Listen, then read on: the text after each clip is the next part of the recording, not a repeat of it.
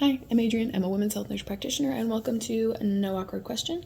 This is my social media platform where I talk about all things women's health, sexual health, genital health, all the things, and remind you that there is no such thing as an awkward question. So,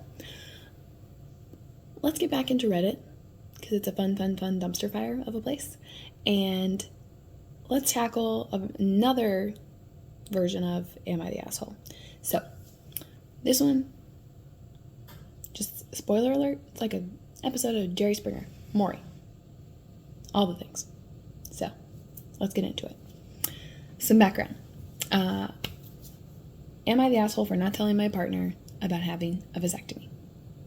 Background, I am a 36-year-old male who was married for 8 years and have one child. After they were born, I got a vasectomy, which was 4 years ago, because I am not interested in having any more children.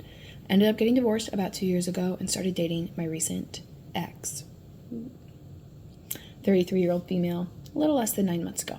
When we started dating and the kid conversation came up, I was very clear about not wanting any more children, and that will not change. I didn't bring up my vasectomy at that point, partially because I didn't think it mattered, and partly because I didn't think it was their business. Okay. Fast forward to this week, she told me she was pregnant. At this point, I said the child is unlikely mine and will not have any involvement in this until a paternity test is done. My reasoning for this is she was supposedly on birth control and I, in theory, should be sterile. So the odds seem pretty astronomical to me. This obviously turned into a fight. She accused me of being dishonest, which I guess a lie of omission isn't being completely honest. Am I the asshole for not disclosing my vasectomy earlier? Zoinks.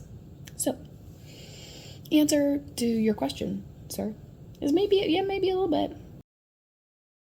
Could have avoided this whole scenario. Just we're honest. So they did provide an update, and then there's another one. So we're gonna get all the deets here. Said, oh, thank you so much for all your replies.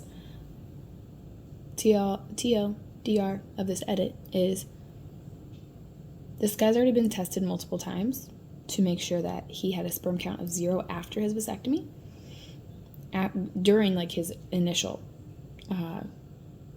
relationship. So waited, made sure that everything was 0, got tested multiple times.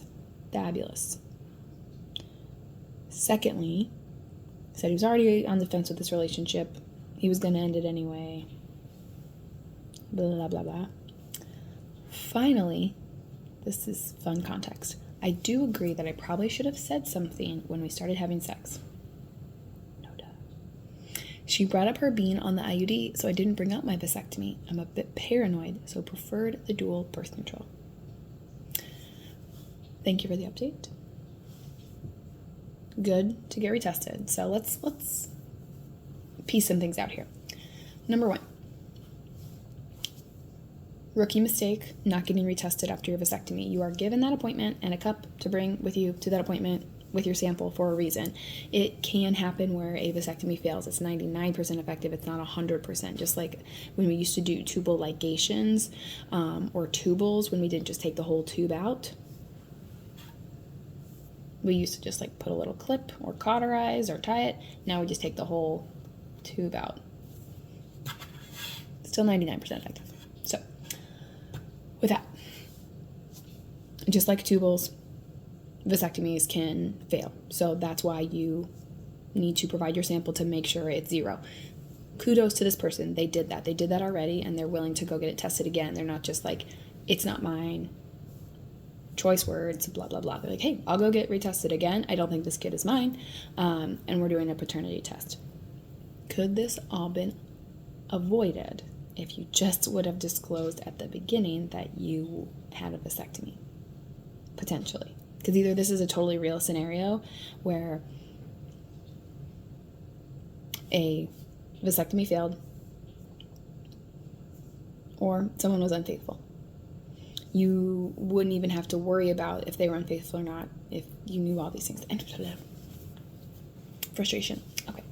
So, make sure you get retested. Second thing about vasectomies is I've definitely had more patients come in saying like, oh, hey, my partner's going to get a vasectomy, so I don't really need to worry about birth control, or like, if we decide to have kids later, then we'll just reverse it.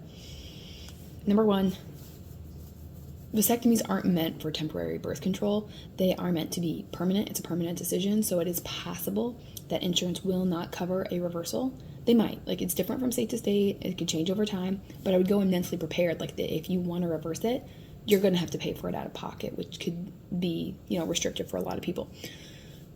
You're going to have to pay for it out of pocket, and or if you decide you want to have kids, then you are signing up for a reversal or IVF.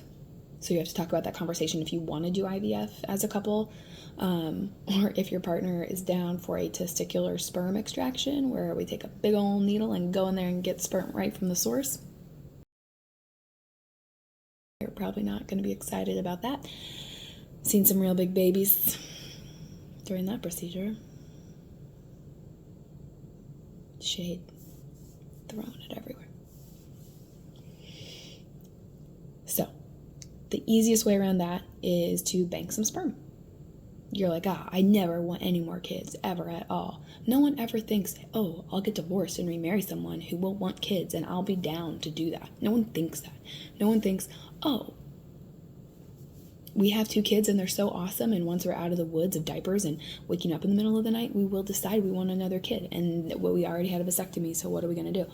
No one thinks those things, but they could potentially happen. So if there's a tiny smidge in your brain that you might want to have more kids, free sperm. It's very cheap comparatively to freezing eggs, and it's like the cost of having a storage unit. You're paying for storage. And you could always toss it after a few years, like, hey, we didn't end up using it, tossing it, that's fine.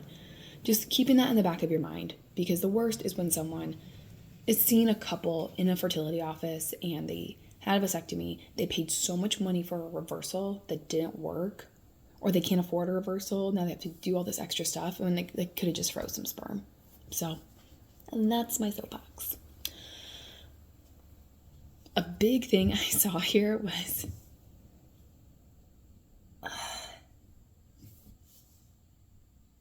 she brought up her being on the IUD, so I didn't bring up my vasectomy. So did she bring up her being on the IUD as like, you had a discussion about birth control and she said, I have this IUD? Or she mentioned getting one maybe eventually, or that she had one, you didn't confirm, yes, that's what we're using for sure.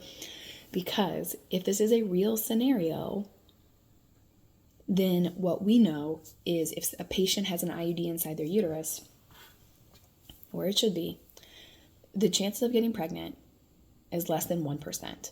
But if you do get pregnant, it's more likely that that pregnancy is an ectopic pregnancy, which means it's out in the tube, which is not a viable pregnancy and is very dangerous. Like, someone if there's any concern about an ectopic pregnancy, like, we are monitoring that patient very closely.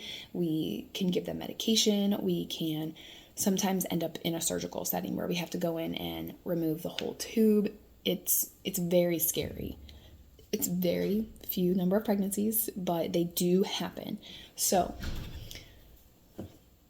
if this person is like, oh, hey, I was just told that I got someone pregnant and they have an IUD, your first thing could be shock and awe because you have a vasectomy. The second thing is, oh my goodness, we need to confirm this pregnancy with an ultrasound, and we need to hurry with that because do you still have your IUD inside your uterus? Is there a pregnancy in your uterus? Is it in the tube? Did the IUD fall out at some point and you didn't know? Like, there are so many things here that could go wrong, and he's just like, you cheated, deuces. So either this is a fake story, potentially, or he did not do due diligence about asking about the IUD stuff. She doesn't even have one. There are many scenarios here. Just tangled web that we are weaving here. I should do an episode of Maury. Last update. Isn't so much of an update, but I thought I would provide since many were curious. Had my sperm count tested and it came back at 0, so not much doubt that I am in the clear, aka kids not mine. I had reached out a couple times since the argument to discuss how she wants to do a paternity test and got nothing back. I have been blocked on any shared social media and have not talked to her since the argument. At this point, I don't see any need to reach out anymore and will wait to see if she tries to take me to court. The end. What a good book. So, either the whole story is fake, Or this lady, two scenarios. Either she did get pregnant with someone else and she's aware of that now and she doesn't want to talk to him, she's embarrassed, she's upset. Totally not great. Or she is not pregnant at all and was trying to either convince him to stick around because they were on the rocks and she's like, oh, I'm pregnant, you should stay with me. Or was trying to get, who knows what. I don't even want to speculate because it's sad. So this is a sad scenario. You should not tell someone you're pregnant if you're not. Caveat to that, we should stop doing silly, mean jokes of like, April Fools, I'm pregnant. April Fools, I can't be mine because I had a vasectomy. Jokes. Not funny jokes. Not funny. Why are we still doing this? So if that's you, if you were like, in April, I should do that. That would be hilarious. Don't do that. We're above it. We're beyond it. Moving on. So, what are our takeaways here? Number 1, communication is key.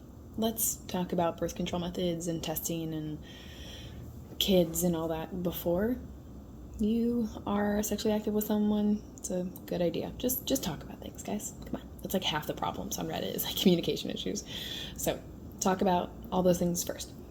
Number 2, vasectomies are not technically considered reversible contraception, so you should either freeze sperm first or be confident with the decision and know that you could pay out of pocket later if you changed your mind. And reversals are not always successful. Number 3 is reproductive coercion / trapping someone with a pregnancy is not super cool. And some Reddit stories are true, some are fake, and some are just fun to read and feel better about your own life situation and feel like you got it all figured out. So, don't forget to like, comment, and subscribe, and remember there is no such thing as an awkward question.